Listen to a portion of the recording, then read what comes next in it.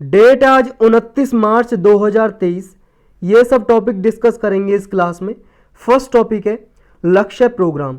ये प्रीलिम्स और GS paper 2 के लिए इंपॉर्टेंट है। Ministry of health and family welfare इसका इम्प्लीमेंटेशन करती है, लागू करती है। इसका ऑब्जेक्टिव यानी कि लक्ष्य क्या है? जो महिलाएं हैं उनको पोस्टपार्टम और intrapartum quality of care provide करना है लेबर रूम और मैटरनिटी ऑपरेशन थिएटर में। क्या मतलब है इसका? देखो, पोस्टपार्टम का मतलब ये है कि महिलाएं जब बच्चों को जन्म देती हैं, जन्म के बाद 6 वीक तक, 6 हफ्ते तक इसमें हेल्थ फैसिलिटी प्रोवाइड की जाएंगी। उस पीरियड को बोलते हैं पोस्टपार्टम। इंट्रापार्टम मतलब जन्म से पहले का पीरियड, प्रेगनेंसी के दौरान उन्हें हेल्थ फैसिलिटी प्रोवाइड करनी है। और ये फैसिलिटी जितने भी गवर्नमेंट मेडिकल कॉलेजेस है या हॉस्पिटल, डिस्ट्रिक्ट हॉस्पिटल या कोई हेल्थ फैसिलिटी है या फिर कोई FRU है, फर्स्ट रेफरल यूनिट, या कोई कम्युनिटी हेल्थ सेंटर है, इन सब में उनको क्वालिटी ऑफ केयर प्रोवाइड किया जाएगा इसके द्वारा। ये प्रोग्राम जो है, मकसद इसका ये है कि जो मैटरनल मोर्टलिटी रेट है, यानी कि महिलाओं की, जो माताओं की डेथ हो जाती है बच्चे के जन्म के दौरान या फिर प्रेगनेंसी के दौरान, उसको कम करना है। न्यूबॉर्न मोर्टलिटी रेट को कम करना है, जो बच्चे जन्म लेते हैं मर जाते हैं उस डेथ रेट को कम करना है। मोर्टलिटी का मतलब होता है डेथ, तो मोर्टलिटी रेट यानी कि मृत्यु दर को कम करना है। मॉर्बिडिटी, स्टिल बर्थ का मतलब होता है जो बच्चे का जन्म होने से पहले माता के गर्भ में डेथ हो जाती है, उसको बोलते हैं स्टिल बर्थ, यानी कि मरा हुआ बच्चा जो पैदा होता है। तो ये जो केसेज हैं इनको कम करना है, मेन मकसद ये है इसका। नेक्स्ट टॉपिक है इथियोसोर। ये प्रीलिम्स के लिए इंपॉर्टेंट है बस। एक पैलियोंटोलॉजिस्ट की टीम है। पैलियोंटोलॉजिस्ट क्या होते हैं? ये पैलियोंटोलॉजिस्ट होते हैं जो फॉसिल्ड पास्ट लाइफ पे रिसर्च करते रहते हैं। जैसे मान लो कोई जीव है वो ख़त्म हो चुका है, उसके बारे में वो उसकी हड्डी वड्डी को रिसर्च करते हैं, खोजते हैं, उस पर कुछ डेवलपमेंट करते रहते हैं या कुछ इनोवेशन करते रहते हैं, उनको बोलते हैं पैलियोंटोलॉजिस्ट, यानी कि साइंटिस्ट जो होते हैं एक तरह से वैज्ञानिक होते हैं। तो इन्होंने अभी देखो एक एथियोसोर है जो ये जानवर, इसकी हड्डी खोजी है। ये देखो आर्कटिक जो आइलैंड है, एक स्पिट्सबर्गन, आर्कटिक जो एरिया है ना वहाँ पे ये आइलैंड, इसकी लोकेशन भी देखेंगे हम कहाँ पे है। आर्कटिक तो आप जानते हो, ये देखो यहाँ पे आर्कटिक रीजन है। यहाँ पे देखो नॉर्वे का आइलैंड है ये स्वालबार्ड, स्वालबार्ड का ही पार्ट है ये। स्वालबार्ड जो देख रहे हो नॉर्वे का पार्ट है, उसी का पार्ट है स्पिट्सबर्गन आइलैंड। यहाँ पे ये खोजे गए। देखो कुछ इस तरह का दिखता था ये प्राणी, बहुत साल पहले जिया करता था ये जो आप देख रहे हो मछली की तरह का, इस तरह का दिखता था इथियोसोर। ये एनिमल की कैटेगरी में आता है, लेकिन ये जो डॉल्फिन है, डॉल्फिन से रिलेटेड है, डॉल्फिन का जो फैमिली है उससे रिलेटेड है, लेकिन एनिमल की कैटेगरी में आता है। ये पहले लैंड पे रहा करता था, भूमि पे, लेकिन बाद में ये समुद्र में चला गया। लगभग जो क्रेटासियस पीरियड है या अर्ली ट्रांसैक पीरियड है, ये पीरियड है लगभग 25 से 30 करोड़ साल पहले की बात कर रहे हैं हम। उस टाइम पे, उस टाइम पीरियड को ये जोग्राफर हैं जो उनको नाम दिया हुआ है क्रेटासियस। और जो ये स्पिट्सबर्गन आइलैंड है इसके बारे में हमने ऊपर डिस्कस कर ही लिया है। स्वालबार्ड जो आर्किपेलागो है, आर्किपेलागो का मतलब है ग्रुप ऑफ आइलैंड, और आइलैंड आप जानते हो द्वीप बोलते हैं हिंदी में, यानी कि ऐसी भूमि जो चारों तरफ पानी से घिरी हुई है। तो आर्किपेलागो मतलब ग्रुप ऑफ आइलैंड को बोलेंगे। तो हमने ये देखा था स्वालबार्ड, यहाँ इसमें देखो बहुत सारे आइलैंड है, इसमें से एक पार्ट है स्पिट्सबर्गन। तो ये ओनली परमानेंट इनहेबिटेड पार्ट है स्वालबार्ड का, यहाँ पे परमानेंटली लोग रहते हैं, केवल इकलौता ये पार्ट है जहाँ पे लोग रहते हैं स्पिट्सबर्गन आइलैंड पे। नेक्स्ट टॉपिक है प्रोविडेंट फंड स्कीम। ये प्रीलिम्स के लिए भी इंपॉर्टेंट है, जीएस पेपर 2 के लिए भी इंपॉर्टेंट है। रिसेंटली देखो अभी गवर्नमेंट ने ये कहा कि कई सालों से, लगभग 2019 से, जो इस पे इंटरेस्ट रेट मिलता है ना प्रोविडेंट फंड स्कीम में, जो पैसा जमा करते हैं लोग अपना, या सुकन्या समृद्धि अकाउंट में जो पैसा जमा करते हैं, उन पे 2019 से कोई इंटरेस्ट बढ़ा नहीं है, ब्याज की दर बढ़ी नहीं है, तो इन्हें ज़्यादा फायदा हो नहीं रहा है। लेकिन गवर्नमेंट ने अभी इंडिकेशन दिया है, देखो कुछ आने वाले समय में इन पे रिटर्न बढ़ सकता है, इंटरेस्ट रेट बढ़ सकता है और ज़्यादा फायदा मिल सकता है। इस वजह से ये न्यूज़ में आई दोनों स्कीम। तो दोनों के बारे में जान लेते हैं। पहले जानते हैं प्रोविडेंट फंड स्कीम क्या है। देखो बहुत ही पॉपुलर स्कीम है और लॉन्ग टर्म के लिए है। ये सेविंग स्कीम है, कोई भी अपना पैसा जमा कर सकता है, और इसमें जो पैसा जमा करता है प्रोविडेंट फंड स्कीम के अंदर, उसको फ़ायदे मिलते हैं टैक्स सेविंग में, उसकी जो पैसा जमा कर रहा है उस पर टैक्स नहीं लगता, जो उसे उस पर फ़ायदा मिलता है यानी कि रिटर्न मिलता है, इंटरेस्ट रेट मिलता है, उस पर नहीं मिलता, और सेफ रहता है पैसा। प्रोविडेंट फंड है, पहली बार देखो 1968 में स्टार्ट किए गए थे फाइनेंस मिनिस्ट्री के नेशनल सेविंग इंस्टीट्यूशन ने। इसका टारगेट यही था कि ज़्यादा से ज़्यादा लोग हमारे इंडिया में सेविंग करें, बचत करें और ज़्यादा से ज़्यादा अपना रिटर्न कमाएं। और जब वो सेविंग करेंगे तो इस सेविंग का पैसा गवर्नमेंट कहाँ पे इन्वेस्ट करती है, शेयर मार्केट वगैरह में इन्वेस्ट करती है, या गवर्नमेंट और कोई फ़ायदा लेने के लिए इसको यूज़ करती है। तो इस तरह से जो सेविंग है वो इन्वेस्टमेंट के लिए भी काम आ सकती है। तो हमारे इंडिया में इन्वेस्टमेंट का और ज़्यादा इंक्रीज हो, ये जो इन्वेस्टमेंट है इंक्रीज हो ज़्यादा, जिसकी वजह से और ज़्यादा मैन्युफैक्चरिंग यूनिट लगें या कोई कंपनी खुले जिसकी वजह से रोज़गार बढ़े, ये इसका टारगेट होता है मेनली। तो जो प्रोविडेंट फंड स्कीम है लोगों को फ़ायदा पहुंचाने के लिए, सेविंग ज़्यादा से ज़्यादा हो और वो रिटर्न कमा सकें। तो सेफेस्ट इन्वेस्टमेंट प्रोडक्ट समझा जाता है ये। इंडियन गवर्नमेंट गारंटी देती है इन्वेस्टमेंट में।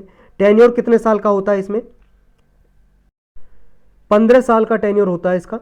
इसे 5 साल के ब्लॉक में रिन्यूड भी कराया जा सकता है। इंटरेस्ट रेट कितना मिलता है? पैसा देखो 15 साल के लिए जमा होगा, इंटरेस्ट रेट मिलेगा करंटली जो है 7.1%, और जो आप बैंक में अपना पैसा जमा करते हो उसमें लगभग 4% के लगभग आपको उस पर ब्याज मिलता है। तो उससे लगभग डबल ही मान लो और ज़्यादा ही मिलता है, मतलब डबल तो नहीं, थोड़ा कम मिलता है, 7.1% इतना फ़ायदा मिलता है। इन्वेस्टमेंट अमाउंट कितना है, कितना इन्वेस्टमेंट कर सकते हैं हम इसमें? 500 रुपये से लेके मिनिमम 500 रुपये और ज़्यादा से ज़्यादा 1.5 लाख रुपये पर एनम, एक साल में इतना हम इन्वेस्टमेंट कर सकते हैं। कम से कम 500 और ज़्यादा से ज़्यादा 1.5 लाख एक साल में, फिर अगले साल में इतना कर सकते हैं। कौन अकाउंट खुलवा सकता है इस स्कीम के अंदर? कोई भी इंडियन सिटीजन, पीपीएफ में, प्रोविडेंट फंड अकाउंट में कोई भी इंडियन सिटीजन होना चाहिए, वो अकाउंट खुलवा सकता है, भारत का नागरिक।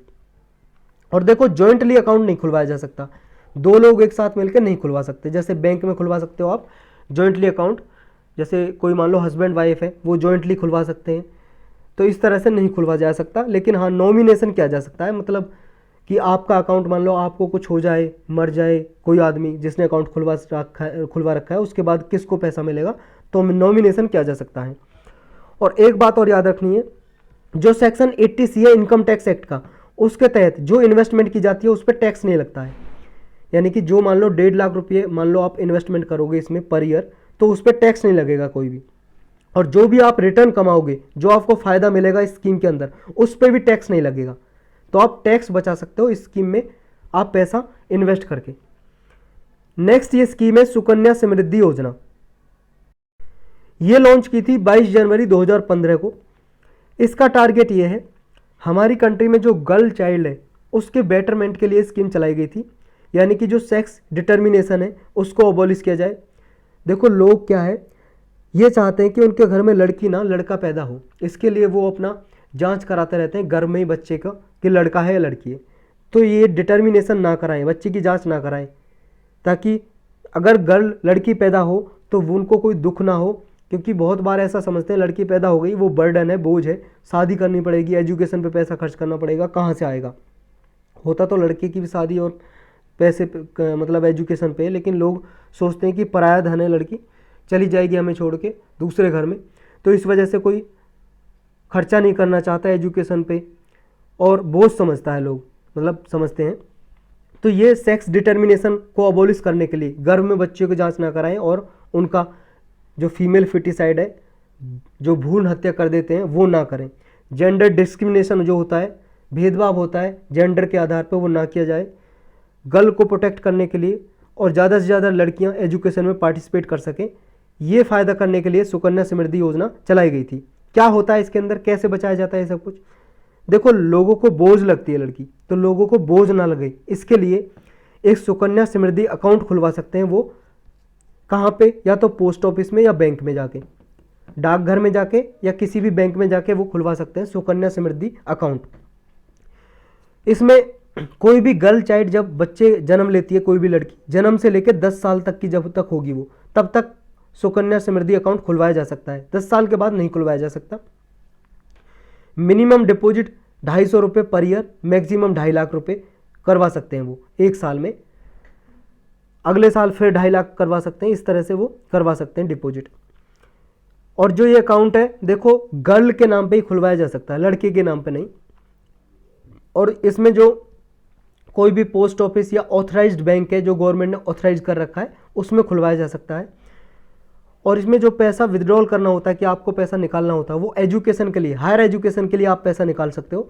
लेकिन ये अकाउंट जो होता तो 21 साल तक के लिए, लेकिन अगर लड़की 18 साल की हो गई और आपने शादी करा दी, मान लो लड़की की मैरिज करा दी, तो ये अकाउंट क्लोज हो जाता है।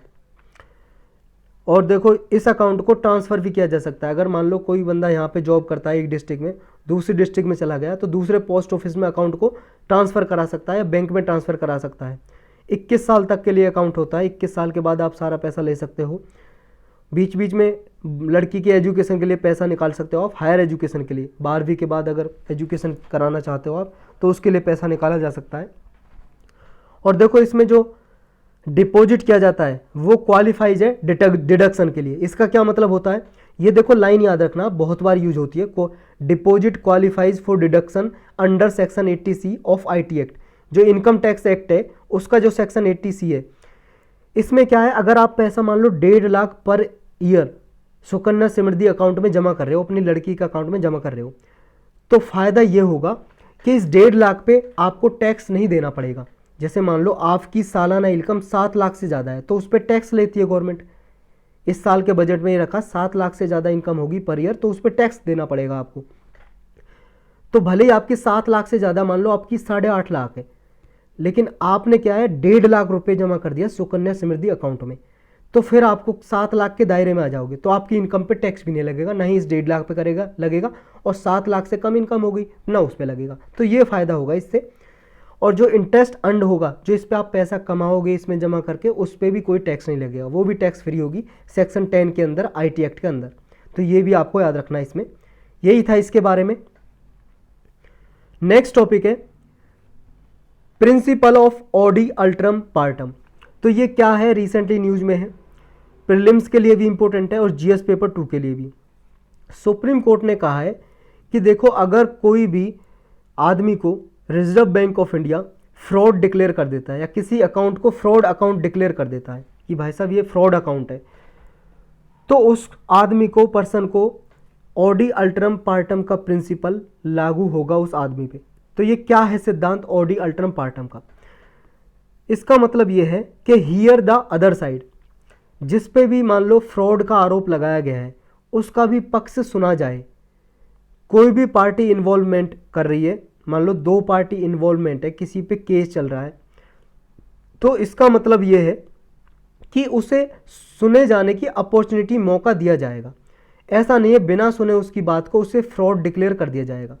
यानी ये कि ये जो डॉक्ट्रिन है इसका मतलब ये है कि वो अपॉर्चुनिटी होगी उस आदमी के पास जिसको फ्रॉड डिक्लेयर किया गया है, जिसका अकाउंट फ्रॉड डिक्लेयर किया गया है, प्लीड करने की। प्लीड का मतलब ये है अपनी तरफ से उसे कोई भी सबूत पेश करने की या कोई भी अपना पक्ष रखने की और अपना एविडेंस देने की।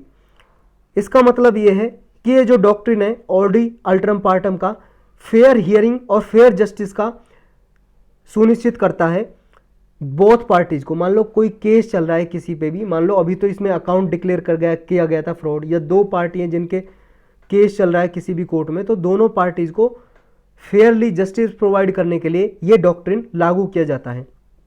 कोई भी डिसीजन बिना किसी पार्टी को सुने हुए नहीं लिया जाएगा। 2 पार्टी मान लो किसी डिस्प्यूट में, विवाद में इन्वॉल्व है, तो बिना उनकी बात सुने हुए उनको सज़ा नहीं दी जाएगी और कोई भी डिक्लेरेशन नहीं की जाएगी। तो ये प्रिंसिपल है, जो ये डॉक्ट्रिन है, अपॉर्चुनिटी देता है दोनों पार्टीज़ को कि उन्हें फेयर जस्टिस प्रोवाइड किया जाए। और जो ये डॉक्ट्रिन है प्रिंसिपल ऑफ नेचुरल जस्टिस का ही पार्ट है, प्रिंसिपल ऑफ नेचुरल जस्टिस का ही पार्ट है ये ऑडी अल्ट्रम पार्टम। इसमें भी यही होता है कि किसी भी आदमी को देखो बिना सुने सज़ा नहीं दी जाएगी, यानी कि उसे पूरा मौका दिया जाएगा कि वो अपना वकील हायर कर सके, अपनी तरफ से अपना पक्ष रख सके। और कोई भी आदमी, जैसे कोई जज है, जज पे ही आरोप लगे तो खुद अपना केस खुद ही जज नहीं सुनेगा, कोई दूसरा जज सुनेगा अगर जज पे आरोप लगे हैं। तो यह है प्रिंसिपल ऑफ नेचुरल जस्टिस। तो जानते हैं कि क्या क्या कंपोनेंट है इस ऑडी अल्ट्रम पार्टम प्रिंसिपल के। पहला इसका प्रिंसिपल है, सिद्धांत है, मतलब कंपोनेंट है नोटिस। नोटिस का मतलब यह है जब भी कोई अफेक्टेड पार्टी होगी तो उसे प्रॉपर नोटिस जारी किया जाएगा। ये भी जारी किया जाएगा उस नोटिस में कि कौन सा एक्शन आप उसके खिलाफ लेने जा रहे हो, उसका पूरा एक्सप्लेनेशन उसे दिया जाएगा। नोटिस में पूरा टाइम, डेट, प्लेस कि कब उसका केस सुना जाएगा, क्या क्या जुरिस्डिक्शन के अंदर आता है, उसका केस जो फाइल किया गया है कौन से जुरिस्डिक्शन के अंदर आता है, क्या चार्जेज उस पर लगाए गए हैं, क्या आरोप लगाए गए हैं और कौन सा एक्शन उसके विरुद्ध लिया जाएगा, ये सब उस नोटिस में लिखा होगा जब उस आदमी के पास नोटिस भेजा जाएगा। कोई भी ऑर्डर पास किया जाएगा तो बिना प्रिंसिपल ऑफ नेचुरल जस्टिस के अगेंस्ट कोई भी ऑर्डर पास नहीं किया जाएगा। अगर कोई प्रिंसिपल ऑफ नेचुरल जस्टिस का वायोलेशन करता है तो वो पूरा जो ऑर्डर है वो भी वॉइड हो जाएगा, वो भी गलत हो जाएगा, कैंसिल हो जाएगा। नेक्स्ट इसका कंपोनेंट है हियरिंग। जब भी मान लो किसी पे केस चलेगा या किसी के खिलाफ ऑर्डर पास किया गया है तो उसे पूरी अपॉर्चुनिटी दी जाएगी, मौका दिया जाएगा उसका केस सुनने का, तो अपनी तरफ से वो सबूत पेश कर सके। तीसरा कंपोनेंट ये आ जाएगा एविडेंस, यानी कि अपनी तरफ से प्रूफ, सबूत पेश कर सके कोर्ट में। दोनों पार्टीज, दोनों जो डिस्प्यूट में इन्वॉल्व हैं, ये उसके पास पूरा हक होगा, अपॉर्चुनिटी होगी। नेक्स्ट है क्रॉस एग्जामिनेशन, यानी कि उसे राइट टू कंटेस्ट होगा, राइट टू ऑब्जेक्ट होगा, यानी कि अपना केस लड़ने का, उसके कोई भी एविडेंस उसके खिलाफ पेश किए जा रहे हैं तो उनके खिलाफ भी बोलने का, क्रॉस एग्जामिनेशन करने का उसे पूरा अधिकार होगा, दोनों पार्टीज को। नेक्स्ट इसका कंपोनेंट है लीगल रिप्रेजेंटेशन। कोई भी पर्सन है वो देखो अपना जो केस प्रेजेंट करेगा उसका लीगल रिप्रेजेंटेशन भी होना चाहिए, यानी कि उसके पास मौका होना चाहिए कि वो अपनी तरफ से वकील हायर कर सके, और वकील हायर नहीं कर सकता है तो उसके लिए वकील उपलब्ध कराया जाए। मान लो वो बीपीएल फैमिली में आता है, बिलो पॉवर्टी लाइन में आता है, गरीब लोग हैं कोई, तो उसको लीगल रिप्रेजेंटेशन दी जाएगी, यानी कि उसके लिए वकील भी हायर किया जाएगा। और ये हमारा इंडियन कॉन्स्टिट्यूशन भी कहता है कि हर एक पर्सन को right to get legal assistance है, यानी कि वकील लेने का अधिकार हर एक पर्सन को है अपने केस में। लेकिन इस डॉक्ट्रिन में कुछ एक्सेप्शन भी है, यानी कि इसमें कुछ छूट भी है कि ये ऑडी अल्टरम पार्टम का जो डॉक्ट्रिन है उस टाइम पे नहीं अप्लाई किया जा सकता। लेकिन इसका मतलब ये नहीं है कि प्रिंसिपल ऑफ नेचुरल जस्टिस का वायलेशन होगा, ये नहीं है। एक्सेप्शन का मतलब है मान लो कोई एमरजेंसी सिचुएशन है तो उस केस में हो सकता है कि ये फैसिलिटी जो दी जाती है किसी पर्सन को, हियरिंग की, नोटिस की या फिर क्रॉस एग्जामिनेशन की, एविडेंस पेश करने की, ये नहीं दी जा सकती। मान लो कोई इमरजेंसी सिचुएशन आ गई है या कोई कॉन्फिडेंशियलिटी है, मतलब अगर उसको नोटिस भेजा जाएगा कुछ तो हो सकता है कोई रियॉट्स हो जाएं, दंगे हो जाएं इस वजह से, या इम्प्रैक्टिबिलिटी है कि ये प्रैक्टिकली नहीं है जल्दी से उसको नोटिस भेजना, तो ये उस केस में नहीं दिया जा सकता या ये डॉक्ट्रिन नहीं लागू किया जा सकता। या स्टैट्यूटरी एक्सक्लूजन है या लेजिस्लेटिव फंक्शन है कोई, या मान लो कोई कानून बना हुआ है उसके तहत ये लिखा हुआ है कि इस केस में किसी आदमी को नोटिस भेजना ज़रूरी नहीं है या एविडेंस उसका लेना ज़रूरी नहीं है, हियरिंग उसकी ज़रूरी नहीं है, तो उस केस में इस प्रिंसिपल का एक तरह से साइड किया जा सकता है। ये सारे मौके जो दिए जाते हैं इसमें नहीं दिए जा सकते उस आदमी को, तो ये एक्सेप्शन है कुछ। यही था इसके बारे में। नेक्स्ट टॉपिक है टैक्टिकल न्यूक्लियर वीपन्स। ये रिसेंटली न्यूज में है और प्रीलिम्स के लिए इंपॉर्टेंट है मेनली, और मेंस के लिए जीएस पेपर 3 में। अभी देखो रिसेंटली न्यूज में इसलिए जो रशिया के प्रेसिडेंट है व्लादिमीर पुतिन, उन्होंने कहा है कि वो बेलारूस में टैक्टिकल न्यूक्लियर वीपन डिप्लॉय कर सकते हैं। डिप्लॉय का मतलब तैनात कर सकते हैं, रख सकते हैं। बेलारूस आप जानते हो कहाँ पे, ये जो देख रहे हो आप, ये रसिया और ये है बेलारूस। बेलारूस में क्यों? क्योंकि आपको पता है यूक्रेन और रशिया के बीच में युद्ध चल रहा है, तो यहाँ पे ये हथियार तैनात करना चाहते हैं। वीपन का मतलब हथियार। तो ये कैसे होते हैं टैक्टिकल न्यूक्लियर वीपन, ये जानेंगे जो हथियार हैं कैसे हैं। देखो न्यूक्लियर वीपन है, दो कैटेगरी में बांटे जाते हैं नाभ के जो हथियार होते हैं, एक तो स्ट्रेटजिक और टैक्टिकल। जो स्ट्रेटजिक न्यूक्लियर वीपन होते हैं इनका मतलब ये है कि इनका बिगर टारगेट होता है। बिगर का मतलब मान लो एक पूरे शहर को उड़ाना है, पूरे शहर को ख़त्म करना है, तो ये स्ट्रेटजिक न्यूक्लियर वीपन कर सकते हैं। या किसी लार्जर टारगेट है और मान लो पूरे शहर से बड़ा कोई स्टेट को उड़ाना है, ख़त्म करना है, डिस्ट्रॉय करना है, तब ये वीपन यूज किए जाते हैं। टैक्टिकल न्यूक्लियर वीपन क्या होते हैं? ये छोटे टारगेट के लिए यूज किए जाते हैं बैटलफील्ड में। मान लो किसी आर्मी से लड़ा जा रहा है, आर्मी के किसी कैंप को उड़ाना है, एनिमी का टारगेट है, कोई दुश्मन देश में कोई एनिमी है, आर्मी लड़ रही है एक दूसरी कंट्री की, तो आर्मी का कैंप लगा हुआ है यहाँ पे, इस कैंप को उड़ाना है या पर्टिकुलर एरिया को उड़ाना है, पर्टिकुलर एरिया में, मान लो ये प्लेस है, यहाँ पे आर्मी हमला कर रही है यहाँ से, या कोई टैंक रखा हुआ है जिसकी वजह से गोला बारूद छोड़े जा रहे हैं, तो उस टारगेट को उड़ाना है, उसके लिए ये यूज किए जाते हैं टैक्टिकल न्यूक्लियर वीपन, यानी कि छोटे टारगेट के लिए यूज किए जाते हैं बैटलफील्ड में। इसमें देखो मिसाइल भी यूज की जा सकती है, टॉरपेडो या ग्रेविटी बॉम्ब यूज किए जा सकते हैं एयर ग्राउंड फोर्सेस के द्वारा या नवल फोर्सेस के द्वारा, आर्मी नेवी एयरफोर्स के द्वारा। इसमें एरिया डिस्ट्रॉय किया जाता है, मतलब एरिया में छोटा जो टारगेट है वो डिस्ट्रॉय किया जाता है। इस तरह से वीपन होते हैं छोटे, मान लो ये मिसाइल हो सकती है, मिसाइल के द्वारा किसी एनिमी कैंप को उड़ाना है, इस तरह से यूज किए जाते हैं ये वीपन्स। तो जो एक्सप्लोसिव है कितने वेट तक के हो सकते हैं इसमें, 1 किलो टन से लेके 100 किलो टन तक इसमें वीपन यूज किए जा सकते हैं। और जो स्ट्रेटजिक न्यूक्लियर वीपन होते हैं उसमें 1000 किलो टन तक वीपन यूज किए जा सकते हैं। डिलीवरी कितने किलोमीटर तक हो सकती है, 500 किलोमीटर तक, 310 माइल या 500 किलोमीटर तक। और जो स्ट्रेटजिक न्यूक्लियर वीपन है उसमें देखो एक कॉन्टिनेंट से दूसरे कॉन्टिनेंट पे भी वार किया जा सकता है, एक महाद्वीप से दूसरे महाद्वीप पे। और ये देखो लीस्ट रेगुलेटेड कैटेगरी में आते हैं, तो मतलब इनके लिए ऐसा कोई वर्ल्ड वाइड ऐसी कोई एग्रीमेंट नहीं है जिनको इनके लिए रूल्स रेगुलेशन बनाए जाते हैं, प्रॉपर रूल्स रेगुलेशन नहीं है, तो लीस्ट रेगुलेटेड कैटेगरी में आते हैं टैक्टिकल न्यूक्लियर वीपन्स। कौन कौन सी कंट्री के पास है ये, देखो अमेरिकन एक साइंटिस्ट का फेडरेशन है, फेडरेशन ऑफ अमेरिकन साइंटिस्ट, इसके द्वारा जो रिपोर्ट के हिसाब से 9 कंट्रीज के पास है टैक्टिकल न्यूक्लियर वीपन। ये 9 कंट्री आपको याद होनी चाहिए। 5 कंट्री तो हैं परमानेंट नेशन है जो यूनाइटेड नेशन सिक्योरिटी काउंसिल में, रसिया, यूनाइटेड स्टेट, चाइना, फ्रांस और यूनाइटेड किंगडम। बाकी की 4 कंट्री हैं पाकिस्तान, इंडिया, इजराइल और नॉर्थ कोरिया। ये 9 कंट्री है जिनके पास ये टैक्टिकल न्यूक्लियर वीपन्स हैं। रसिया के पास लगभग 2000 हैं, यूएस के पास लगभग 200 टैक्टिकल न्यूक्लियर बॉम्ब हैं, और यूएस ने अपने आधे यूरोप में डिप्लॉय कर रख रखे हैं, मतलब बेस में रख रखे हैं, यूरोप में बेस बना रखे हैं, वहाँ पे रख रखे हैं यूएस ने, अमेरिका ने। यही था इसके बारे में। नेक्स्ट टॉपिक है an affinity test. Affinity test prelims के लिए भी इंपॉर्टेंट है और मेंस जीएस पेपर 2 और 1 में भी पूछा जा सकता है। सुप्रीम कोर्ट ने यह कहा है कि किसी भी एप्लीकेंट का जो नॉलेज है किसी भी ट्राइब के बारे में, किसी भी अनुसूचित जाति के बारे में, आदिवासियों के बारे में, या उसकी कास्ट के बारे में, कस्टम के बारे में, उसके रीति रिवाज रिचुअल्स हैं जो, या कोई विशेषता है उसके बारे में, कि ये सिर्फ इकलौता डिटर्मिनेंट नहीं हो सकता एफिनिटी टेस्ट के लिए। एफिनिटी टेस्ट का मतलब कि उसकी कास्ट या ट्राइब इस वजह से डिक्लेयर नहीं कर सकते कि उसे उस कास्ट के बारे में नॉलेज है या नहीं है, ये कोई क्राइटेरिया नहीं है। तो एफिनिटी टेस्ट का मतलब यही हो गया कि ये देखो अब तक ऐसे यूज किया जा सकता था। मतलब अगर किसी मान लो पर्सन को अपना कोई कास्ट सर्टिफिकेट बनवाना है तो उससे मान लो जानकारी लेते हैं कि उसे कास्ट के बारे में पता भी या नहीं पता, उसकी ट्रेड्स के बारे में, विशेषताओं के बारे में, उसके देवी देवताओं के बारे में, कस्टम रिचुअल जो रीति रिवाज है, या मैरिज किस तरह से होती है, डेथ की सेरेमनी क्या है, बरियल जब लोगों को डेथ के बाद गाड़ा जाता है डेड बॉडीज़ को, क्या मेथड अपनाया जाता है। तो ये पर्टिकुलर कास्ट या ट्राइब के बारे में जो नॉलेज होती है एप्लीकेंट को, इसके आधार पे डिसाइड किया जाता था कि वो कुछ पर्टिकुलर कास्ट से बिलोंग करता है या नहीं करता।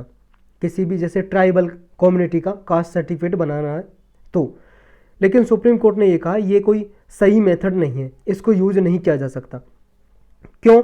देखो अगर कोई एप्लीकेंट है, अगर उसको SC ST ट्रेड्स के बारे में नॉलेज है तो ऐसा भी हो सकता है उसको ना, मान लो कहीं और कम्युनिटी से बिलोंग करता है, वो स्टडी करता है किसी SC ST कम्युनिटी के बारे में, रिपोर्ट तैयार कर रहा है, उसको भी नॉलेज हो सकती है इसके बारे में। तो ज़रूरी नहीं है उस पर्टिकुलर कम्युनिटी से, कास्ट से वो बिलोंग करता हो। लेकिन ऐसा भी हो सकता है कोई एप्लीकेंट किसी मान लो SC या ST कम्युनिटी से बिलोंग करता है, लेकिन कभी उस एरिया में नहीं रहा, वो जहाँ पे उसकी कम्युनिटी रहती है वो हमेशा मान लो अर्बन एरियाज में रहा है, शहरी क्षेत्र में रहा है, और उसे अपनी कम्युनिटी के बारे में हो सकता है नॉलेज ना हो, रीति रिवाज के बारे में, कस्टम के बारे में, रिचुअल्स के बारे में ना नॉलेज हो उसको, तो ऐसा भी हो सकता है। तो ये कोई आधार नहीं हो सकता कि उसे अपनी कम्युनिटी के बारे में नॉलेज है, उसी हिसाब से उसका कास्ट सर्टिफिकेट या एफिनिटी टेस्ट के हिसाब से उसका ये सर्टिफिकेट बनाया जाए कि वो उस पर्टिकुलर कास्ट से, ट्राइब से बिलोंग करता है कि नहीं। तो ये रूलिंग यही बोलती है सुप्रीम कोर्ट की कि ये कॉन्फ्लिक्टिंग व्यूज है एफिनिटी टेस्ट, इसका यूज नहीं किया जाना चाहिए किसी भी कास्ट या ट्राइब का स्टेटस डिटरमाइन करने के लिए। तो यही था एफिनिटी टेस्ट। नेक्स्ट टॉपिक है बेरी बोरर इन्फेस्टेशन। इसके बारे में हम कॉफ़ी के बारे में भी पूरा डिटेल में समझेंगे। कॉफ़ी कल्टीवेशन किस हिसाब से होती है, कहाँ पे होती है, किस तरह से रेगुलेट किया जाता है हमारी कंट्री में कॉफ़ी को। तो ये जो बेरी बोरर इन्फेस्टेशन है ये प्रीलिम्स के लिए भी इंपॉर्टेंट है, जीएस पेपर 3 के लिए भी। जो कॉफ़ी बोर्ड है इसने अभी एडवाइजरी जारी की है। कॉफ़ी बोर्ड ने एडवाइजरी का मतलब है एक तरह से गाइडलाइंस जारी की हैं फार्मर्स को, जो कॉफ़ी फार्मर्स हैं, ऐसे किसान जो कॉफ़ी उगाते हैं उनके बारे में, मतलब उनको नॉलेज देने के लिए ये गाइडलाइंस जारी की हैं। कहा है कि जो रोबस्टा कैटेगरी है, देख कॉफ़ी की जो वैरायटी होती है उसमें एक अरेबिका है, रोबस्टा है। तो रोबस्टा की जो कॉफ़ी प्लांट है उनको ये बेरी बोरर इन्फेस्टेशन हो रहा है। ये एक बीमारी है, बीमारी हो जाती है। ये बीमारी एक कीड़े की वजह से होती है। ये जो बेरी बोरर इन्फेस्टेशन है कॉमन प्रॉब्लम है कॉफ़ी के प्रोडक्शन में। ये देखो एक बीटल से होती है, छोटा सा बीटल होता है। ये देखो ये है बीटल जो आप देख रहे हो, कीड़ा है, जो कीड़ा है इसे भृंग या मोगरी बोलते हैं हिंदी में, या बीटल बोलते हैं इंग्लिश में। तो इस बीटल की वजह से होता है। कॉफ़ी बेरी बोरर भी बोलते हैं इसे, या बीटल बोल सकते हो। ये कॉफ़ी की जो ये बेरी होती हैं छोटी छोटी सी, देखो ये लगते हैं बेरी, इन पे ये बैठ जाता है और अंडे देने लगता है। और इस तरह से देखो होल देख रहे हो, इस तरह से कीड़ा सा लग जाता है जो ये इस तरह से नुकसान पहुंचा देता है, जिसकी वजह से क्वालिटी घट जाती है कॉफ़ी की और बेकार हो जाता है। क्या क्या मेजर्स लिए जाते हैं इसको कंट्रोल करने के लिए, क्या कदम उठाए जाते हैं? जो बेरी बोरर इन्फेस्टेशन हो जाता है ये फ्रूट को ख़राब कर देता है, बेरी को। तो इस वजह से जो फ्रूट ख़राब हो गए होते हैं उनको कलेक्ट किया जाता है, फिर उनको या तो दबा दिया जाता है सॉइल में, या फिर उनको जला दिया जाता है, या फिर गर्म पानी में डाल दिया जाता है, जिसकी वजह से इस इन्फेस्टेशन को रोका जा सकता है। वरना ऐसा नहीं किया जाता तो ये और भी बेरीज में फैल जाता है और कॉफ़ी की जो कल्टीवेशन है उसको ख़राब कर देता है। एक है ब्रोका ट्रैप। इसमें क्या होता है, ब्रोका ट्रैप में एक प्लास्टिक की बोतल होती है, उसमें कुछ लिक्विड सा डाल देते हैं और कॉफ़ी प्लांट है जो उसमें लटका देते हैं। फिर उसमें लटकाने के बाद जो ये बीटल है उसमें फंस जाता है। तो इस तरह से भी रोका जा सकता है। तो ये भी एक इफेक्टिव मेजर से कंट्रोल करने के लिए बेरी बोरर पॉपुलेशन को या कॉफ़ी प्लांटेशन पर जो ये बीटल बैठ जाता है इस तरह से रोका जा सकता है। तो अब थोड़ा डिटेल में जान लेते हैं कॉफ़ी प्लांटेशन के बारे में क्या है, उसके बाद कॉफ़ी बोर्ड के बारे में जानेंगे। देखो कॉफ़ी है जो ये, इसके लिए कितना क्लाइमेट चाहिए, किस तरह का, हॉट एंड ह्यूमिड क्लाइमेट चाहिए। हॉट एंड ह्यूमिड यानी कि थोड़ा उष्ण होना चाहिए और आर्द्र होना चाहिए, गर्म होना चाहिए और नमी होनी चाहिए। 15 से लेकर 28 डिग्री टेम्परेचर चाहिए, 15 से 28 डिग्री का तापमान चाहिए। ड्राई वेदर चाहिए इसके लिए मेनली, जब बेरी पकने वाली हो, जब इसका कॉफ़ी का फल पकने वाला होता है उस टाइम पे ड्राई वेदर चाहिए, सूखा वेदर चाहिए, सूखा मौसम। बारिश कितनी होनी चाहिए, 150 से लेकर 250 mm तक होनी चाहिए बारिश। और लोकेशन क्या होनी चाहिए, लोकेशन देखो इसकी क्या है, जो वेस्टर्न घाट है वहाँ पे ज़्यादा होता है ये। यहाँ पे देखो आप इस मैप में, जो ये है कर्नाटक, यहाँ पे सबसे ज़्यादा कॉफ़ी होती है। कर्नाटक के बाद केरल में, आंध्र प्रदेश में, तमिलनाडु में, और जो ये एरिया नॉर्थ ईस्ट का यहाँ पे भी कॉफ़ी प्लांटेशन होती है। सबसे ज़्यादा कर्नाटक में होती है। तो ये देखो सबसे ज़्यादा कर्नाटक, फिर केरल, तमिलनाडु और आंध्रा। इंडिया की पोजीशन क्या पूरे वर्ल्ड में कॉफ़ी में, 6th हाईएस्ट प्रोड्यूसर है पूरे वर्ल्ड में। 65 से लेकर 70% जो इंडिया की कॉफ़ी है वो हम एक्सपोर्ट कर देते हैं। पूरे वर्ल्ड में सबसे ज़्यादा प्रोड्यूस कौन करता है, ब्राज़ील। ब्राज़ील सबसे ज़्यादा उगाता है कॉफ़ी। और देखो ये कॉफ़ी की वैरायटी हैं, लिबेरिका, अरेबिका, रोबस्टा, एक्सेल्सा, ये कॉफ़ी की वैरायटी हैं, 4 वैरायटी हैं। ये हाई क्वालिटी की कॉफ़ी हमारे इंडिया में होती है, रोबस्टा और अरेबिका। और ये छोटी छोटी क्वांटिटी में होते हैं कहीं, लेकिन ज़्यादा तो ये रोबस्टा और अरेबिका हमारे इंडिया में होती है। जो रोबस्टा और अरेबिका है ये कहाँ कहाँ पे ओरिजिन हुई है, देखो जो रोबस्टा कॉफ़ी है ऐसा माना जाता है अफ्रीका से इसका ओरिजिन हुआ है, उत्पत्ति हुई है, सबसे पहले वहीं पे ये उगाई जाती थी। अरेबिका जो कॉफ़ी है इथोपिया से हुई है। कल्टीवेशन एरिया कहाँ पे, रोबस्टा एशिया और अफ्रीका में प्राइमरीली उगाई जाती है मेनली, और भी एरियाज में उगाई जाती है लेकिन मेनली एशिया अफ्रीका में। अरेबिका एशिया, अफ्रीका और लैटिन अमेरिका में। लैटिन अमेरिका कौन सा प्लेस है, यहाँ पे देख सकते हो आप, ये जो नॉर्थ और साउथ अमेरिका के बीच वाला प्लेस है इसे बोलते हैं लैटिन अमेरिका। जो प्लांट की हाइट है रोबस्टा की ये 10 मीटर तक हो सकती है, और ये अरेबिका थोड़ा छोटा प्लांट होता है 5 मीटर तक का। जो बीन्स का शेप होता है, जो ये बीज होता है जो आप देख रहे हो यहाँ पे, ये बीज, इसकी शेप जो होती है ये देखो राउंड और स्ट्रेट होती है रोबस्टा की। और जो अरेबिका ये थोड़ा ओवल और एस शेप में होता है। जो कैफेन कंटेंट होता है इसमें रोबस्टा में थोड़ा हायर होता है, 2.7% कैफेन होता है जो इसमें होता है, जिसकी वजह से आप पीते हो, कैफीन की वजह से आपको ज़्यादा सूसू लगने लगती है ना, पेशाब ज़्यादा आता है और या फिर नींद भग जाती है, तो ये कैफीन की वजह से होता है। तो कैफीन इसमें रोबस्टा में ज़्यादा होता है 2.7%, अरेबिका में 1.5% होता है, कम होता है थोड़ा। टेस्ट देखो थोड़ा हार्श और बिटर, थोड़ा कड़वा होता है रोबस्टा का, इसका थोड़ा कम कड़वा होता है अरेबिका, माइल्ड और कॉम्प्लेक्स होता है। रोबस्टा थोड़ी कम एक्सपेंसिव है, थोड़ी कम यानी कि कम प्राइस होता है इसका, अरेबिका का मोर एक्सपेंसिव है, ये इसमें ज़्यादा महंगी बिकती है अरेबिका की जो क्वालिटी है। और हमारे इंडिया में दोनों क्वालिटी होती है, रोबस्टा और अरेबिका। तो यही था कॉफ़ी के बारे में। अब जान लेते हैं कॉफ़ी बोर्ड के बारे में। देखो ये है coffee board of India. Last year tea board के बारे में पूछा था, उसके बारे में भी हमने डिस्कस किया था, हो सकता है इस बार इसके बारे में पूछ ले या अगली साल पूछ ले प्रीलिम्स में। कॉफ़ी बोर्ड ऑफ इंडिया है, 1942 में बनाया गया था इसको। इसका हेडक्वार्टर कर्नाटक में बेंगलुरु में है। ये एक स्टैट्यूटरी ऑर्गेनाइजेशन है, यानी कि इसके द्वारा पार्लियामेंट ने एक्ट बनाया था, कानून, उसके द्वारा इसको बनाया गया है। तो स्टैट्यूटरी सांविधिक संस्था है। Ministry of commerce and industry के अंदर इसको मैनेज किया जाता है कॉफ़ी बोर्ड को। तो ये आपको याद रखना है। इंडिया में कॉफ़ी प्रोडक्शन ज़्यादा से ज़्यादा हो, इसका प्रमोशन करती है ये कॉफ़ी बोर्ड। तो यही था इसके बारे में इस टॉपिक में। नेक्स्ट टॉपिक है प्लास्टिक ग्लोमेरेट। ये प्रीलिम्स के लिए इंपॉर्टेंट है मेनली। प्लास्टिक ग्लोमेरेट क्या है? देखो ये क्या है, एक रॉक सिस्टम है, रॉक पहाड़, इसमें प्लास्टिक है और प्लास्टिक में बंधे हुए रॉक पार्टिकल्स। ये मैरीन बायोलॉजिस्ट है, मैरीन बायोलॉजिस्ट मतलब समुद्र में जो खोज करते रहते हैं वो। अंडमान निकोबार आइलैंड पे मिला है ये प्लास्टिक ग्लोमेरेट, रॉक का चट्टान का पीस है। और अंडमान निकोबार में भी एवीज आइलैंड है वहाँ पे। तो हमें एवीज आइलैंड की लोकेशन भी पता होनी चाहिए, कहाँ पे लोकेटेड है। और अंडमान निकोबार आइलैंड के बारे में थोड़ा डिटेल से समझेंगे, प्रीलिम्स के लिए इंपॉर्टेंट है आपके, पीसीएस और यूपीएससी दोनों के लिए। तो इंडिया में फर्स्ट इस तरह की जो रॉक मिली है, फर्स्ट बार ऐसा खोजा गया है। इसमें देखो सैंड भी है, रॉक फ्रेगमेंट है, सेल्स हैं, अदर मटेरियल है जो प्लास्टिक के द्वारा बंधे हुए हैं, मतलब इस रॉक में प्लास्टिक भी है। तो एक तरह से प्लास्टिक फॉर्म पॉल्यूशन की न्यू फॉर्म है ये, क्योंकि प्लास्टिक पॉल्यूशन होता है, इससे प्रदूषण होता है। ये साइंटिस्ट ने 2014 में डिस्क्राइब किया था प्लास्टिक पॉल्यूशन है ये।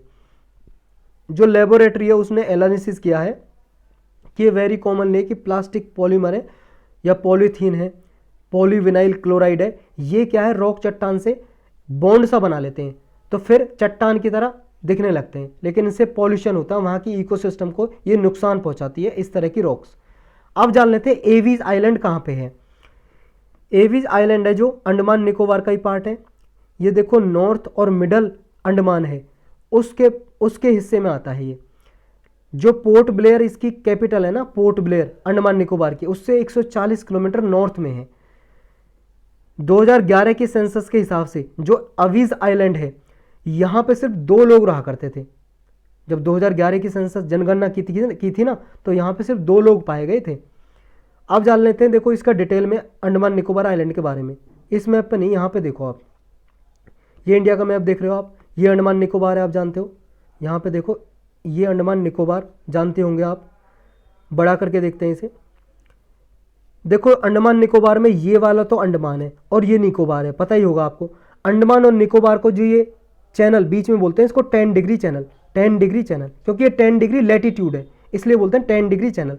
तो अगर पूछा जाए आपसे अंडमान और निकोबार को कौन सा चैनल अलग करता है, डिवाइड करता है, तो आपको आंसर देना पड़ेगा 10 degree channel, 10 degree channel.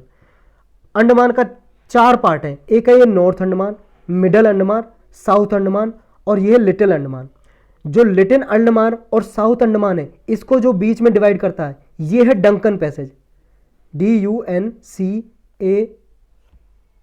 Duncan passage, passage मतलब रास्ता, वही जो इंग्लिश पैसेज होता है वो स्पेलिंग है। डंकन पैसेज किसको बांटता है, साउथ अंडमान और लिटिल अंडमान को। जो पोर्ट ब्लेयर, इसकी जो पोर्ट ब्लेयर जो राजधानी है कैपिटल अंडमान निकोबार की, वो साउथ अंडमान में है। और एवीज आइलैंड कहीं यहाँ पे, मैं बता देता हूँ इसको, एवीज आइलैंड कहीं यहाँ पे 140 किलोमीटर नॉर्थ में इसके, यहाँ पे। और यहाँ पे देखो एक जो हमारे इंडिया का एक्टिव वॉल्केनो है वो अंडमान निकोबार का ही पार्ट है। यहाँ पे एक बारन आइलैंड, ये बारन आइलैंड है जो हमारे इंडिया का इकलौता एक्टिव वॉल्केनो है, एक्टिव ज्वालामुखी। और यहीं पे एक नारकंडम नाम का भी आइलैंड है जो पैसिव वॉल्केनो है। पैसिव वॉल्केनो मतलब पास्ट में कहीं वो उससे वॉल्केनो निकलते थे, अब नहीं निकलते, पैसिव हो चुका है, ये भी याद रखना है। अब जानते हैं थोड़ा निकोबार के बारे में। कार निकोबार, ये साउथ निकोबार के पार्ट है यहाँ पे। ये जो साउथ निकोबार है इससे साउथ में जो ये देखो 6 डिग्री चैनल है, ये इंडिया का सबसे सदर्न पार्ट है 6 डिग्री चैनल। और इंडिया का जो मेन लैंड का जो पार्ट है ये है 8.4 डिग्री, 8 डिग्री 4 मिनट, आपको पता ही होगा ये।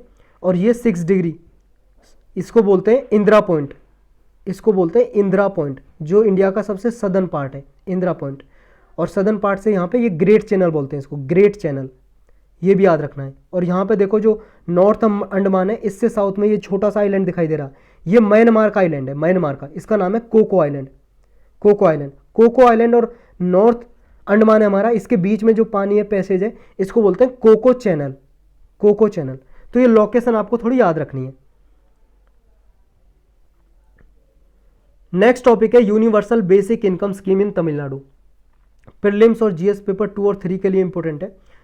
यूनिवर्सल बेसिक इनकम का मतलब है कि पूरे एरिया में सबको चाहे कोई गरीब है, अमीर है, चाहे कोई बहुत ही ज़्यादा अमीर है, सबको फिक्स इनकम दी जाए पर मंथ। तो ये तमिलनाडु ने स्कीम चलाई है महिलाओं के लिए, हर एक औरत के लिए, भले ही वो किसी भी फैमिली से गरीब, अमीर से अमीर, पर मंथ 1000 रुपये दिए जाएंगे। तो ये स्कीम चलाई गई है महिलाओं के लिए, चाहे वो स्ट्रीट वेंडर है, कंस्ट्रक्शन वर्कर है, फिशरमैन, फिशर वूमन है, या डोमेस्टिक हेल्पर है, कोई भी दिया जाएगा ये। टारगेट क्या है? टारगेट ये है महिलाओं के लिए, देखो महिलाएं जो घर में काम करती हैं, फ्री ऑफ कॉस्ट करती हैं, उनके काम की कोई पहचान नहीं होती, तो एक तरह से उनकी काम की पहचान दी जा रही है कि उनको 1000 रुपये गवर्नमेंट दे रही है। और पॉवर्टी को भी ये इरेडिकेट करेगा, यानी कि पॉवर्टी को, गरीबी को ख़त्म करेगा और उनकी लाइवलीहुड को इंश्योर करेगा। सेल्फ रेस्पेक्ट बढ़ेगा। देखो आपकी फैमिली में जब कोई कमा रहा होता है ना, उसकी आपकी फैमिली में ज़्यादा रेस्पेक्ट होती है। अगर आप कमाने लग जाते हो तो आपकी रेस्पेक्ट बढ़ जाती है। तो ये समाज ऐसा है, जो लोग ज़्यादा कमाते हैं उसकी उतनी ज़्यादा रेस्पेक्ट मिलती है, देखा होगा आपने, ये फैक्ट है। देखो जितने भी आप सोचते हो कि आप में ज़्यादा गुण है या आप में ज़्यादा आप संस्कारी हो, इनको कोई नहीं पूछता भाई साहब, ये सिर्फ बात करने के लिए है। आप जितना ज़्यादा कमाओगे, कड़वा सच है, जितना ज़्यादा कमाओगे उतनी ज़्यादा रिस्पेक्ट मिलेगी, उतनी ज़्यादा पूछ होगी आपको। ज़्यादा ही कमाओगे तो जैसे अंबानी, टाटा, बिरला, न्यूज़ में भी आओगे तो सेल्फ रिस्पेक्ट उतनी बढ़ जाती है, आत्मसम्मान भी, और आपका स्टैंडर्ड ऑफ लिविंग भी बढ़ जाता है पैसे के हिसाब से। तो ये महिलाओं के स्टैंडर्ड ऑफ लिविंग और उनके सेल्फ रिस्पेक्ट को बढ़ाने का एक तरीका है। यूनिवर्सल बेसिक इनकम है जो पॉवर्टी को तो रिड्यूस करेगी लगभग हाफ से ज़्यादा, और महिलाओं की सहायता करेगी। वो इस पैसे से अपने बच्चे की एजुकेशन पे खर्चा कर सकते हैं, न्यूट्रिशन पे, पोषक तत्व में, उनको खाने पीने के लिए अच्छी चीज़ चाहिए कोई न्यूट्रिशनल, या मेडिकल एक्सपेंसेस में कोई बीमारी होती है वहाँ पे यूज कर सकते हैं, या पैसे जमा करके छोटा मोटा बिजनेस चला सकती हैं, स्मॉल बिजनेसेस। क्या और कंट्रीज़ में भी ऐसी स्कीम चला गई जैसे तमिलनाडु स्टेट ने चलाई है? देखो शॉर्ट पीरियड के लिए पहली बार ईरान और मंगोलिया ने चलाई थी, लेकिन फिर ख़त्म कर दी थी। करंटली कोई भी ऐसा वर्ल्ड में कंट्री नहीं है जिसने यूनिवर्सल बेसिक इनकम पूरे देश में चला रखी हो, ऐसा कोई भी कंट्री नहीं है। कई बार इंडिया में डिबेट होती रहती है कि इंडिया में यूनिवर्सल बेसिक इनकम स्कीम चलाई जाए, कि इंडिया में पूरे होल इंडिया में, पैन इंडिया में पूरे हर एक महिला को या आदमी को, किसी को भी कुछ इनकम दी जाए ताकि उनकी लाइवलीहुड सिक्योर की जाए। लेकिन इस पर डिबेट चलती रहती है, इसके कुछ फ़ायदे नुकसान हैं। कुछ एक्सपर्ट कहते हैं अगर मान लो फ्री में दिया जाएगा तो कुछ लोग काम करना बंद कर देंगे, लेबर की कमी हो जाएगी, कि उन्हें पैसा तो आ ही रहा है, काम करने की क्या ज़रूरत है। लेकिन ये कि बेकार सा आर्गूमेंट है, क्योंकि आपको पता है जितना ज़्यादा बच्चे से मान लो आप कुछ पैसे कमाने लग गए हो, तो ये थोड़ी ना अपना एफर्ट लगाना छोड़ दिया, आप चाहते हो फिर और ज़्यादा कमाऊँ और ज़्यादा कमाऊँ, तो ये एक भूख रहती है आदमी की। तो ये आर्गूमेंट थोड़ा सही नहीं टिकता। कुछ एक्सपर्ट ऐसा बोलते हैं कि देखो अगर खर्चा करेगी गवर्नमेंट तो गवर्नमेंट का खर्चा बढ़ेगा, एक्सपेंडिचर बढ़ेगा, तो गवर्नमेंट का फिर डेफिसिट है जो घाटा और बढ़ता चला जाएगा, ये आर्गूमेंट देते हैं। और जो फेवर में आर्गूमेंट करते हैं वो हमने ऊपर डिस्कस कर लिए, जैसे महिलाओं को क्या क्या फ़ायदा होगा, ऐसे पर्सन को भी फ़ायदा होगा। तो वैल्यूज़ क्या क्या होंगी, देखो यूबीआई से वुमेन को जस्ट और इक्विटेबल सोसाइटी की तरह प्रमोट किया जाएगा, यानी कि जो उनका घर का काम है वो अनपेड है उसको रिकॉग्नाइज किया जाएगा, जेंडर इक्वलिटी आएगी, ह्यूमन डिग्निटी बढ़ेगी, सोशल जस्टिस को प्रमोट किया जाएगा और महिलाओं को एम्पावर किया जा सकेगा यूनिवर्सल बेसिक इनकम से। नेक्स्ट टॉपिक है Uttarakhand QR code based project to prevent littering. ये देखो प्रीलिम्स के लिए इंपॉर्टेंट है और जीएस पेपर 3 के लिए भी। लिटरिंग का मतलब है कि कोई ऐसा गंदगी जो इन्वायरमेंट में नुकसान पहुंचाती है, कोई भी गंदगी होती है इन्वायरमेंट को नुकसान ही पहुंचाती है। उत्तराखंड ने देखो ये एक स्कीम चलाई है क्यूआर कोड की। 4 धाम यात्रा की जाती है ना जो उत्तराखंड में, 4 धाम यात्रा हिंदू धर्म में, तो वहाँ पे लोग जो प्लास्टिक बोतल वगैरह ऐसी पानी पी के फेंक देते हैं या चिप्स या कुरकुरे के पैकेट खाए वो पैकेट फेंक दिए, इनकी वजह से वहाँ पे जो इन्वायरमेंट को नुकसान होता है, गंदगी फैलती है। तो इस लिटरिंग को रोकने के लिए, तो इसमें क्या है, जैसे मान लो किसी ने प्लास्टिक बोतल खरीदी पानी की, तो उसने मान लो अगर पेमेंट ऑनलाइन की है, क्यूआर कोड स्कैन करके की है, तो वो क्या कर सकते हैं कि मान लो उस बोतल को वो कलेक्ट करके अगर एक प्लेस होगा वहाँ पे जमा करते हैं तो उन्हें कुछ पैसे दिए जाएंगे, जैसे एक बोतल का 1 या 2 रुपये दिए जाएंगे वापस। इस तरह से उनको फ़ायदा हो सकता है और इससे ये भी फ़ायदा होगा कि वो वेस्ट जनरेट नहीं करेंगे, ऐसे इधर उधर नहीं फेंकेंगे बोतल को, जाके वो जमा कर सकेंगे और प्लास्टिक बोतल को फिर दोबारा से रिसाइकल किया जा सकेगा जहाँ पर डिपॉजिट किया जाएगा। तो इस तरह से वहाँ पे इन्वायरमेंट को जो नुकसान होता है उसको भी बचाया जा सकेगा। इस तरह से इन्वायरमेंट रिस्पॉन्सिबिलिटी ये वैल्यूज़ को शोन करेगा। ये जो स्टेप है उत्तराखंड गवर्नमेंट का, इन्वायरमेंटल सस्टेनेबिलिटी को, सोशल रिस्पॉन्सिबिलिटी सामाजिक जो उत्तरदायित्वता है लोगों की, रेस्पेक्ट करेगा कल्चर और हेरिटेज को, वहाँ की सांस्कृतिक और विरासत को बचाएगा। एक तरह से रिस्पॉन्सिबल टूरिज्म को प्रमोट करेगा और टेक्नोलॉजी का यूज किया जा सकेगा प्लास्टिक को रिसाइकल करने में। इस तरह से ये फ़ायदा करेगा स्टेप। तो यही टॉपिक थे आज के। कुछ ऐसे टॉपिक है जो लास्ट ईयर न्यूज़ में रहे थे या कुछ और न्यूज़ में रहे थे, कुछ जो वन लाइनर टॉपिक हैं वो जान लेते हैं। जैसे एक था लास्ट ईयर तिहान। तिहान क्या है, ये तिहान देखो इसका मतलब है technology innovation hub on autonomous navigation. Navigation का मतलब ये समझ लो एक जगह से दूसरी जगह पे जाना। तो ये इंडिया का फर्स्ट ऑटोनोमस नेविगेशन फैसिलिटी है जो ग्राउंड पे और एरियल में, हवा में और लैंड पे, भूमि पे नेविगेशन की फैसिलिटी प्रोवाइड करेगा। और कहाँ पे खोला गया है ये तिहान सेंटर है जो, ये खोला गया है आईआईटी हैदराबाद में, जो इंडियन इंस्टीट्यूट टेक्नोलॉजी है हैदराबाद में, तेलंगाना में हैदराबाद में, वहाँ पे तिहान सेंटर खोला गया है। नेविगेशन सेंटर है, एक तरह से नेविगेशन जो होते हैं लोकेशन बताते हैं किस तरह से लैंड पे, हवा में, तो इस तरह से ये फ़ायदा करेगा। नेक्स्ट एक हर्मिट। ये हर्मिट सिस्टम क्या है, हर्मिट देखो एक स्पाईवेयर है। स्पाईवेयर का मतलब क्या होता है, स्पाईवेयर का मतलब है जासूसी करने वाला सॉफ्टवेयर। स्पाईवेयर या मैलिशियस सॉफ्टवेयर मतलब जो नुकसान पहुंचाता है। ये ऐसा सॉफ्टवेयर है, मान लो किसी सिस्टम में, फ़ोन में या कंप्यूटर में, लैपटॉप में, टैब में इंस्टॉल कर दिया तो ये जासूसी करता रहेगा। ये एंड्रॉयड में भी काम करता है, मोबाइल में, एंड्रॉयड मतलब ऑपरेटिंग सिस्टम है, और iOS ऑपरेटिंग सिस्टम में भी। iOS एप्पल के जो फ़ोन होते हैं, आईफोन जो होता है उसमें होता है iOS operating system. Operating system ये मतलब ये समझ लो, मतलब आपके फ़ोन में जो सॉफ्टवेयर काम कर रहे हैं ना जितने भी, वो इस पे आधार पे है, एंड्रॉयड पे। जैसे कंप्यूटर में विंडोज़ होती है ऐसे एंड्रॉयड सिस्टम या iOS होता है मोबाइल में, तो इन सब पे काम करता है हर्मिट। स्पाईवेयर है, याद रखना है, मैलिशियस सॉफ्टवेयर है स्पाईवेयर या मालवेयर। आपके जासूसी कर सकता है, आपके फ़ोन से डेटा चुरा सकता है, आपकी किससे बात कर रहे हो आप, क्या मैसेज आ रहा है, आपके मैसेज रीड कर सकता है ये, अगर आपके फ़ोन में इंस्टॉल हो गया तो। दूर बैठा बंदा आपके फ़ोन में किसकी कॉल आ रही है, क्या बात कर रहे हो आप, किससे क्या मैसेज कर रहे हो, ये सब कुछ इन्फॉर्मेशन ले सकता है दूर से ही। एक देखो आमचेंग, इसकी प्रोनाउंसिएशन कुछ और भी हो सकती है। आमचेंग वाइल्ड लाइफ सेंचुरी है, ये न्यूज़ में थी, ये असम में है, गुवाहाटी में आमचेंग वाइल्ड लाइफ सेंचुरी। तो एक उस टॉपिक थे जो न्यूज़ में थे। यही था इस लेक्चर में।